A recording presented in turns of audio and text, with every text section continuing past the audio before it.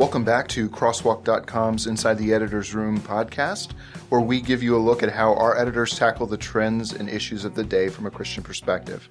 I'm Stephen McGarvey, the editor-in-chief here for Crosswalk.com, and this is one of our mini episodes or mini-sodes or halfway points, smaller 0.5 episodes. We haven't really come up with a great name for these shorter in-between episodes that we're doing. If you guys have any hints or ideas, certainly we should talk that through at some point. I like everything you said. All the things, yes. Well, I'm joined as usual by my other editors here at Crosswalk.com, Rachel Dawson, Kelly Given, Sean McAvoy. Last week we spoke with Jaquel Crow, who wrote a book for teens about how the gospel should transform the teenage years. Part of that interview was a question I asked her about the internet and social media, and it's a question that, for me, both philosophically and practically, spent a lot of time working on because of my where I am in life and where my kids are. Let's take a listen, and then we can talk a little bit about that.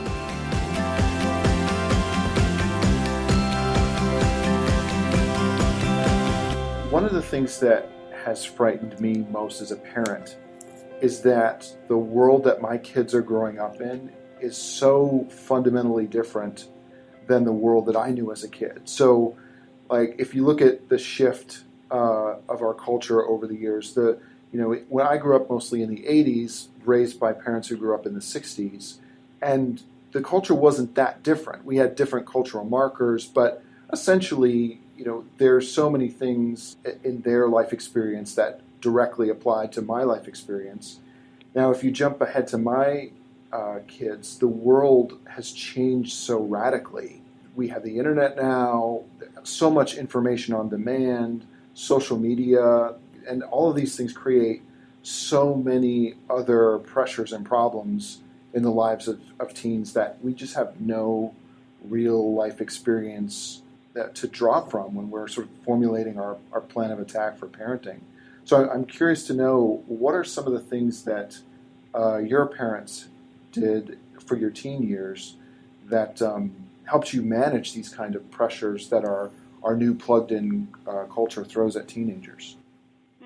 Well, there are definitely a lot of shifts that have happened in my generation. I think of really three of the biggest are changes in the concept of truth and morality, the concept of sexuality and marriage, and then, like you said, the age of Google, the age of social media, where we have access to pretty much any information we could dream of at our fingertips. Sure. So I know when I think about my parents, I guess they really looked at the world that I was growing up in as something that, yes, was different from their times. There were a lot of things just specifically that maybe they didn't quite understand, but they realized that they were put in my life for this season to help me and serve me. So they never shied away from seeking to help me in these areas, even if they weren't always familiar with how they worked.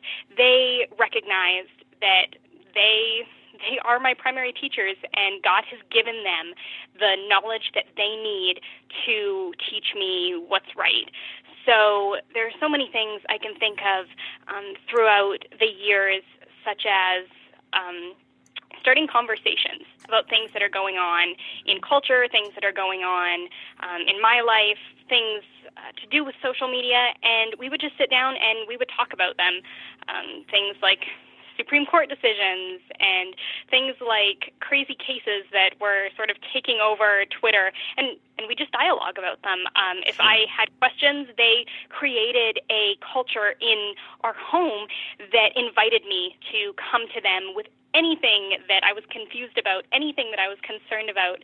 So I don't really think of little specific things that they did, but just the broader attitude that they built in me and that they created in our home to invite me to communicate with them about what I was thinking, what I was facing, what I was dealing with, even if they weren't always so familiar with it. Because at the root, usually all the things that I was dealing with, all of the questions that I had, they really weren't so different from things that they dealt with as teenagers too. Yes, certain symptoms were different, certain questions were asked a different way, but a lot of the answers came from things that they had learned and things that they saw in God's Word.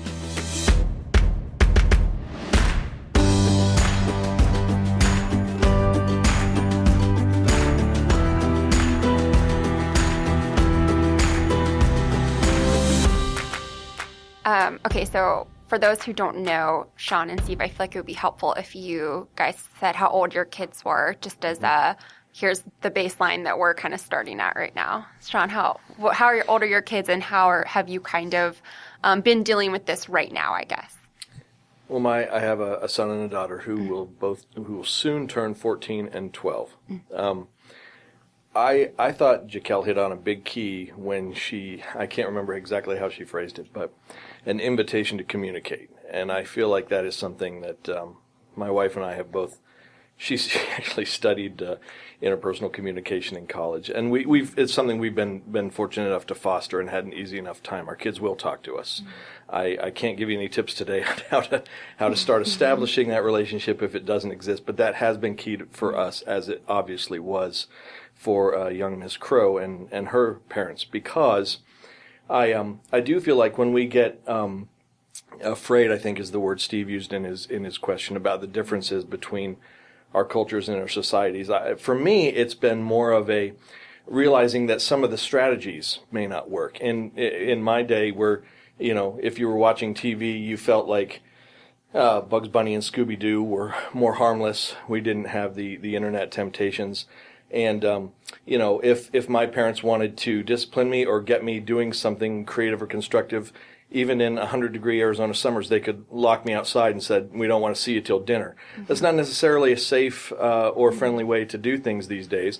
And my kids have different situations. My son doesn't have a friend in the neighborhood like I did. So in that's how it's been different for me, just in different strategies. But the issues were still the same. I remember coming across pornography at my friends' houses when I'd go there, and their dad's stashes were not exactly very well hidden. So there's a lot of the same issues that we can talk about, and for us it has been that communication is the key, and understanding that there will be failure. When I grew up, and my mom came across my girlfriend and me making out one time. Sean. We got to be honest here. It could have been a difficult thing. When I took my girlfriend home that night, she cried because she said, my parents would not have handled this that way. They would not have talked to us. We would have never seen each other again, and nothing helpful would have happened. Yeah. And that stuck in my mind as something my mother did, and sometimes my mother and I have a strained relationship, but that was something that carried over into my parenting, that there will be nothing my kids come across that we can't sit down and talk about, regardless of the differences in the culture and the society today. Yeah, I wonder if we don't see the significance of our own stories and how our kids hunger for those things, and how that helps bridge the gap that I think they might sometimes feel from us. I mean, I'm just speaking as a child to my parents. I can't really speak as a parent to that yet, but just thinking about how I think, parents can be nervous or worried that they'll set a bad example if they share the things that they struggled with their kids, but being willing to say, this is actually not a new thing in this world. I struggled with this too. Maybe it looked a little different, came in a different medium, but there are still strategies that you can use. Right, because I didn't understand until I became a parent, and only recently that every kid feels almost the way I felt, that if your parents are anywhere decent at all, you just tend to think they sprung into being as an adult and they were always perfect and always had all the answers, and they didn't mess up the ways that you did, so that maybe they don't understand. As Will Smith even rapped once upon a time. But we do understand some things, and if we don't, we're willing to listen, and I think that's the key. Yeah, and I think that I think all kids come to a point where they realize their parents aren't those perfect people, or they they can have failure in their life too. And if you've been honest and upfront about that from the beginning, it makes it not as like a shocking if or you a tell them instead of when thing. they find it out, Right. you become less of a fraud in their eyes. Right, exactly. Steve, how about you? How old are your kids, and what has this looked like in your life right now? Well, this summer, my kids, my son turns 13 and my daughter turns 10. So we're just right on the cusp of probably a lot of big changes that I'm completely unaware of how that will work out in our lives. But one of the things that struck me when I first became a parent that really came out of left field for me was how much I innately relied on what my dad did, and how much, just without even thinking about it, the things that my dad and my parents did with me were just like right there at the front of my brain. And that's kind of what I defaulted to. And when I started thinking about how different the world is now, how we all walk around with a phone in our pockets that can access almost any person on the planet, can access almost any bit of information that humankind has ever collected, and think about, well, how do I teach my kids the right way to interact with that? How do I teach my kids how to exist in this world where the things are, the access to anything and everything is just so different? And that's kind of what's sort of set me down this path of thought, where we who have kids now don't have that to rely back on. And even though it wasn't ever intentional in me to rely on my parents as much as I do, I just think it's innate, and it shows how we, in a way that I had great parents, but it shows in a way it sort of made me feel like what if I hadn't had great parents? Like what would I be thinking about? What would I be relying on? So I spent a lot of time, it's been in my mind a lot lately now that my kids are where they are, to sort of figure out how do the principles that we learn growing up, or learn just in life in general, about applying Scripture and applying God's Word and our faith to everything we encounter, work in this scenario where it's sort of like, well, I guess this is how this applies, and we're sort of, I feel like, in the wind just a little bit, but like what you said, Sean, I think there are a few key factors in life that still come forward. It's the principles of Scripture are the same; they just apply differently sometimes. There is still truth. There is still truth. Communication is so important, and doing what you can. All relationships with parents and kids are different, but doing what you can to establish those lines of communication as early in kids' lives as possible will certainly help when things get a little bit more difficult, when the stakes are higher, when your kids are a little bit older. I feel like, and maybe you agree with me on this, Steve. We'll see. That what it comes down to a lot of times, the frustrations with pastime and how we spend our time and free time. I saw a cartoon just yesterday that said, when we were kids, and I've got a couple hours of free time, I'll read a book, I'll visit a friend, I'll do an art project. And today it's all like, I've got my phone and I'll look at cat videos and I'll look at people playing games and it's different. But yet when I had free time, I would watch a TV show. As I said, it was Bugs Bunny instead of Dance Moms. But, as my wife and I consider that, do we want Lauren watching this?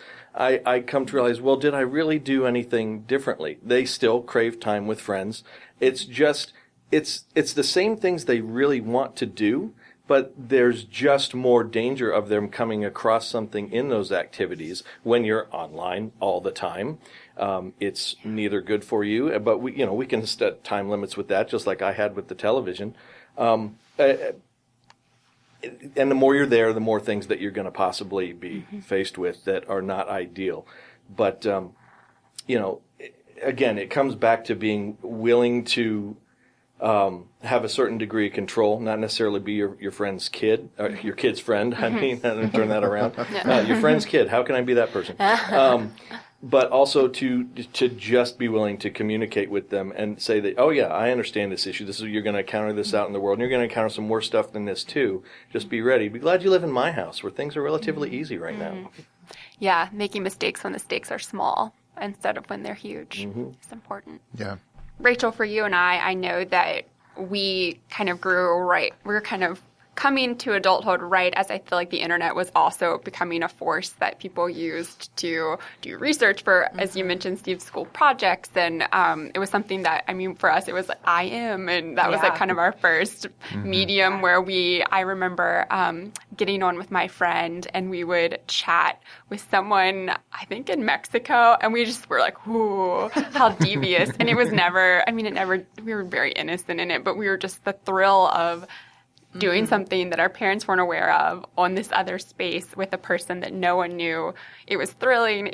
We knew there was danger to it. And it was kind of a world that, like you guys have talked about, our parents were not aware of and I think struggled to keep up with as I think it came more naturally to us to follow the trends.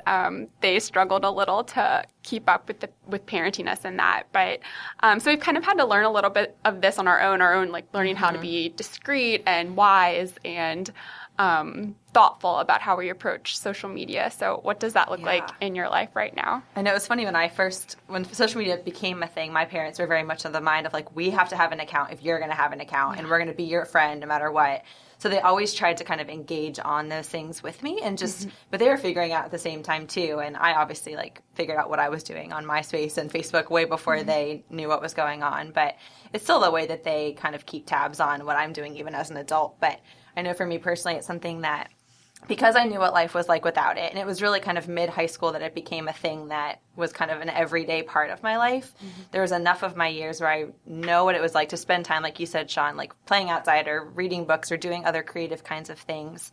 And I found that as I've continued to be on those different sites and to have this be such a prevalent part of our culture, that balance between kind of the offline and the online things has been the most essential part of just figuring out how to exist well in this space and learning to kind of take time away from those sites, even if they are helpful and there is good information to be found and a million funny cat videos to be watched, that I need to take time away from it and just kind of to get space for that. And I think that's going to be the biggest thing. I mean, I'm not a parent yet or anywhere close to that stage, but looking at even like the kids I babysit, that there's times where I'll hang out with them and there's, like you said, putting limits on time with technology and being able to, it is a useful skill and there's a lot that is helpful about that and knowing how to use the internet for research or do different things, but also still being able to exist with more of the offline kind of old school books or crafts or whatever, I think is something that we'll have to continue to figure out. I think we don't know yet the effects that kind of technology is going to have on this new generation that grows up with babies knowing how to turn an iPhone on. But I think if we can continue to just kind of create balance and boundaries will be helpful. There's still so much benefit to analog, really. Yeah. That's something I tell my son a lot because he gets singularly focused on technological things and say, it's important that we have balance in our lives. It's important that this one thing that you like, there's nothing wrong with it. You like it. It's not a bad thing.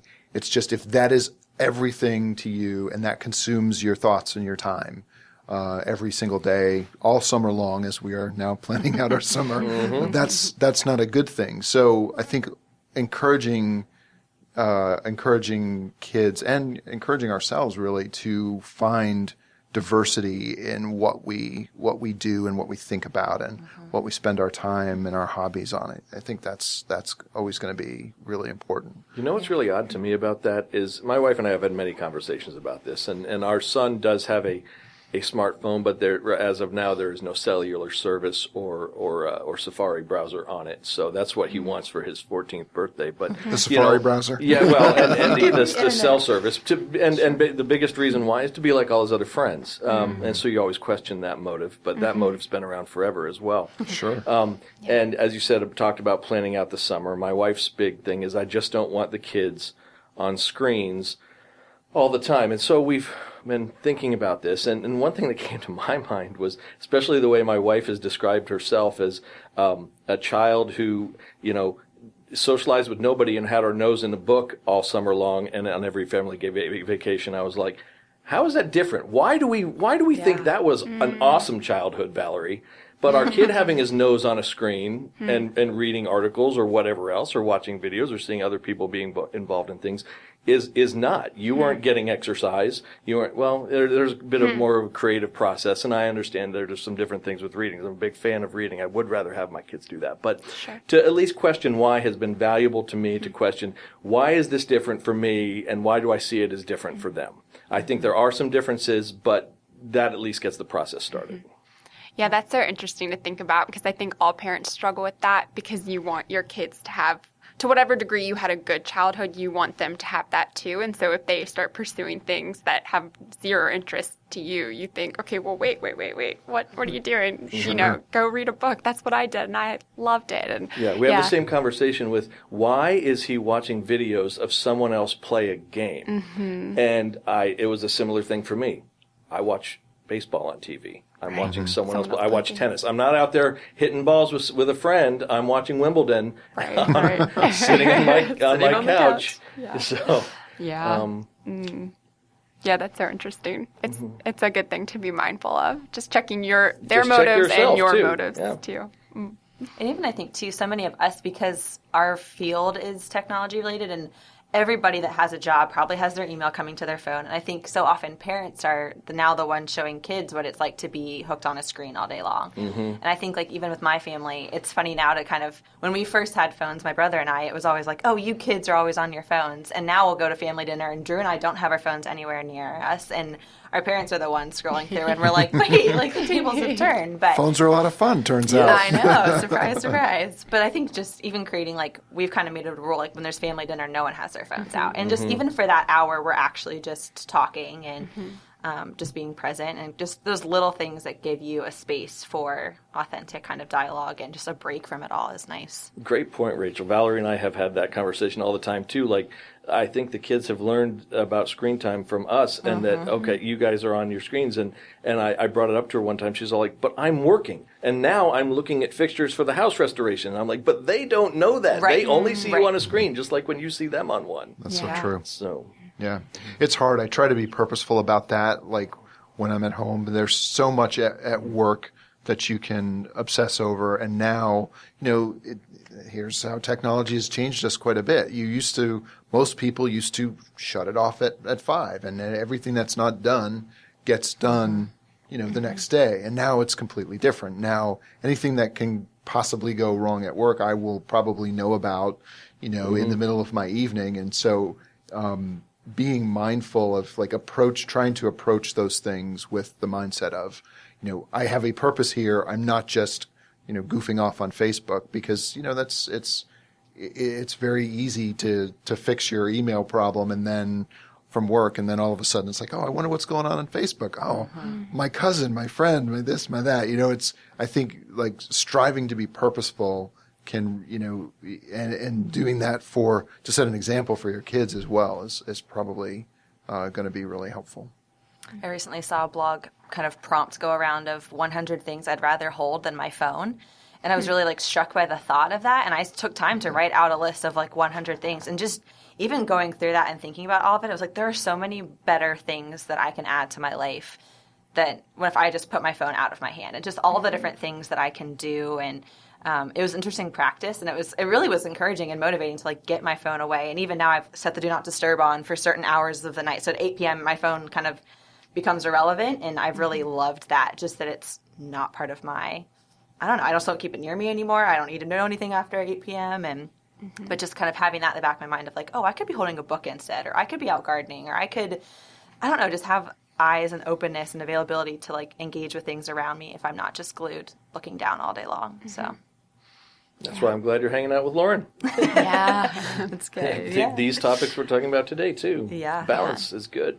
I know. I feel like for my son being so little, we're kind of right on the edge of where everyone is kind of now looking back and reflecting on, okay, all of this technology, what has it done to us? And we're in this reflective mode, I think, as a culture. And so to be in that mode with a young son has made it, it's constantly on my mind. How often does he see me on my computer? And some of that is that, I'm working with him at home, but then being mindful of making sure there's time every day where we're outside and he's actually getting to experience nature, and that's not, his life doesn't just revolve around watching his mom, get work done, but making sure that he is experiencing nature and enjoying nature and making sure that's not a thing that dies with my generation, but Well, this is a lives great on. point, because this isn't just about teens and tweens and toddlers. He's 1.5, right? Yeah. So by that age, my kids knew how to use an iPad. They knew we plopped them down in front of the TV. But you're trying to get him outside. You're doing. Does he even know how to use the screens? Yeah, well, he absolutely knows what the TV is because if I want to get like one thing done and I need him to be in one spot, then that's the time that I turn the TV Amen, on. And sister. and you need that though. Thank goodness it's there. But he will bring me that remote and point at the TV, and he knows that is how he gets that on, and he wants it. But he also wants to be outside. I mean, he'll go to the door and bang on it to get out to you. So it's definitely, I'm not seeing, thankfully, a preference only for the screen. But yeah, he will grab this phone and press the buttons on it until it locks on him, and he already has an interest with it. But I think it's because he sees us on it, and he sees that we're interested in it too. So Sounds healthy to me. yeah, I know. You gotta have a little bit of both. I mean, I'm all for using it when you need it, and it's great that we have that tool now to help in stressful moments to just get them preoccupied. But I think that's the key. That word tool, and that's what you're trying to do with your son, Steve, is show him that this is a tool and this is useful and there's nothing wrong with it, and you can even be passionate about it. But when it's all you do, that's when you become a dull boy. So. right. It's all about balance. Yes.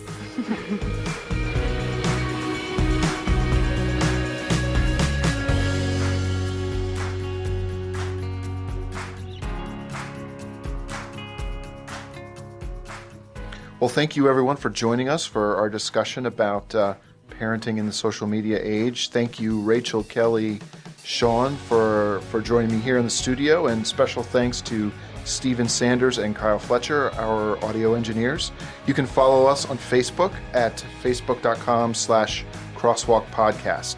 To find more on the topics we talked about today or to listen to past episodes, be sure to visit our site, InsideTheEditorsRoom.com, and be sure to subscribe to our podcast on iTunes, Google Play, TuneIn, or SoundCloud to get the latest episodes downloaded right to your phone. Thanks for listening.